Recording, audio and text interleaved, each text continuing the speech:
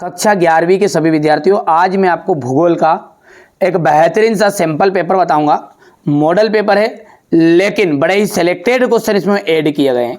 तो एक बार परीक्षा हाल में जाने से पहले यदि आप परीक्षा की शाम को भी देख रहे हैं ना इस वीडियो को, तो आप एक बार जरूर इसको प्रैक्टिस करके जाइएगा। अच्छे नंबर स्कोर करोगे आप, है ना, ये मेरी गारंटी है।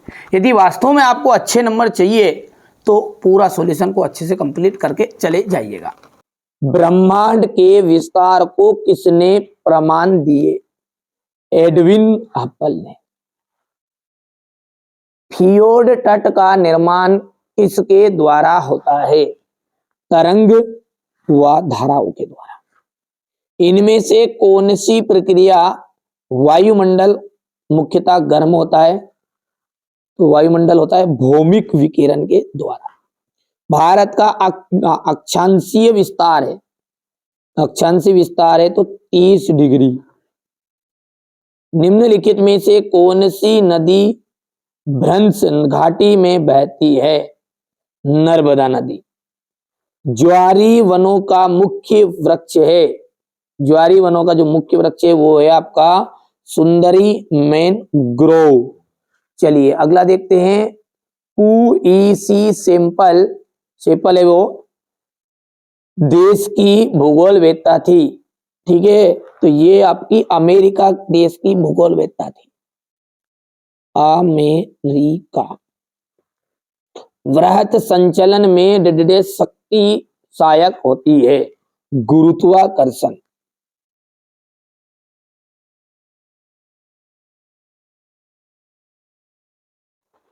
समुद्र तल पर औसत वायुमंडलीय दाब जो होता है वो होता है 1013.2 मिली बार।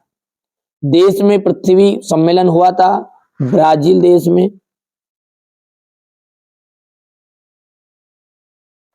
हिमालय के गिरिपद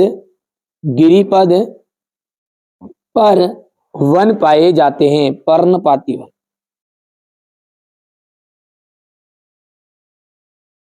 कर्नाटक राज्य में पूर्व मानसून वर्षा आम्र वर्षा को कहते हैं, इसको कहते हैं आम्र वर्षा। चलिए आगे बढ़ते हैं और अगला प्रश्न समझते हैं, ध्यान से समझिएगा। देखिए हमारा जो उद्देश्य है वो आपको अच्छे अंक प्राप्त कराना है, ठीक है। आप अच्छे से मेहनत करिए, कंप्लीट करिए। देखिए हमारी तरफ से कोई कमी नहीं रखी जाएगी, आप आपकी तरफ से कमी मत रखिए, ठीक है। यदि पेपर नहीं आता है तो उसकी जवाबदारी मेरी है, 100% मेरी है, फिर उसका दोषी मैं हूं। और मैं बता रहा हूं वो आप याद नहीं कर रहे हो तो फिर इसके दोषी आप, ठीक है। स्थल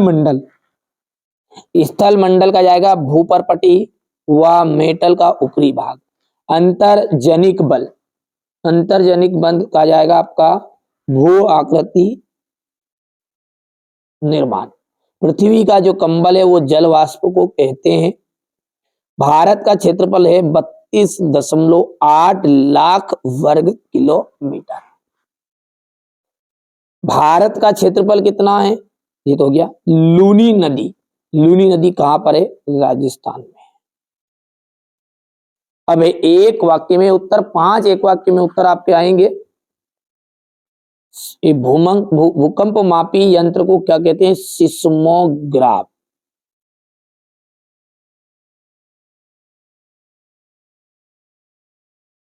ठीक है। चट्टानों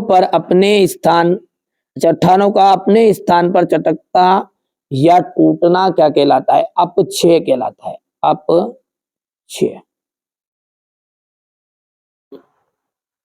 कौन सी गैस मुख्य रूप से ग्रीन हाउस के लिए उत्तरदायी है? ठीक है, कार्बन डाइऑक्साइड। भारत और श्रीलंका के बीच कौन सी जल संधि हुई? पाक जल संधि।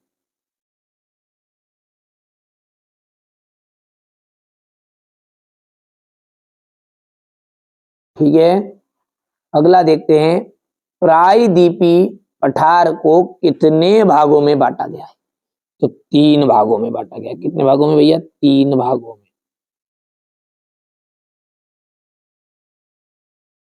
ठीक है, चलिए अब अगला है यहां पर द्वैतवाद भूगोल की एक प्रमुख विशेषता है। बिल्कुल सत्य बात है आपकी ये। निहारिका परिकल्पना गणितज्ञ लाप्लेस ने प्रस्तुत की थी। सत्य है। खुले महासागरों में सबसे अधिक लवणता कर्क और मकर रेखा के पास मिलती है। ये भी आपका सत्य है। विषैले रसायनों के उपयोग से पर्यावरण प्रदूषित होता जा रहा है। सत्य है।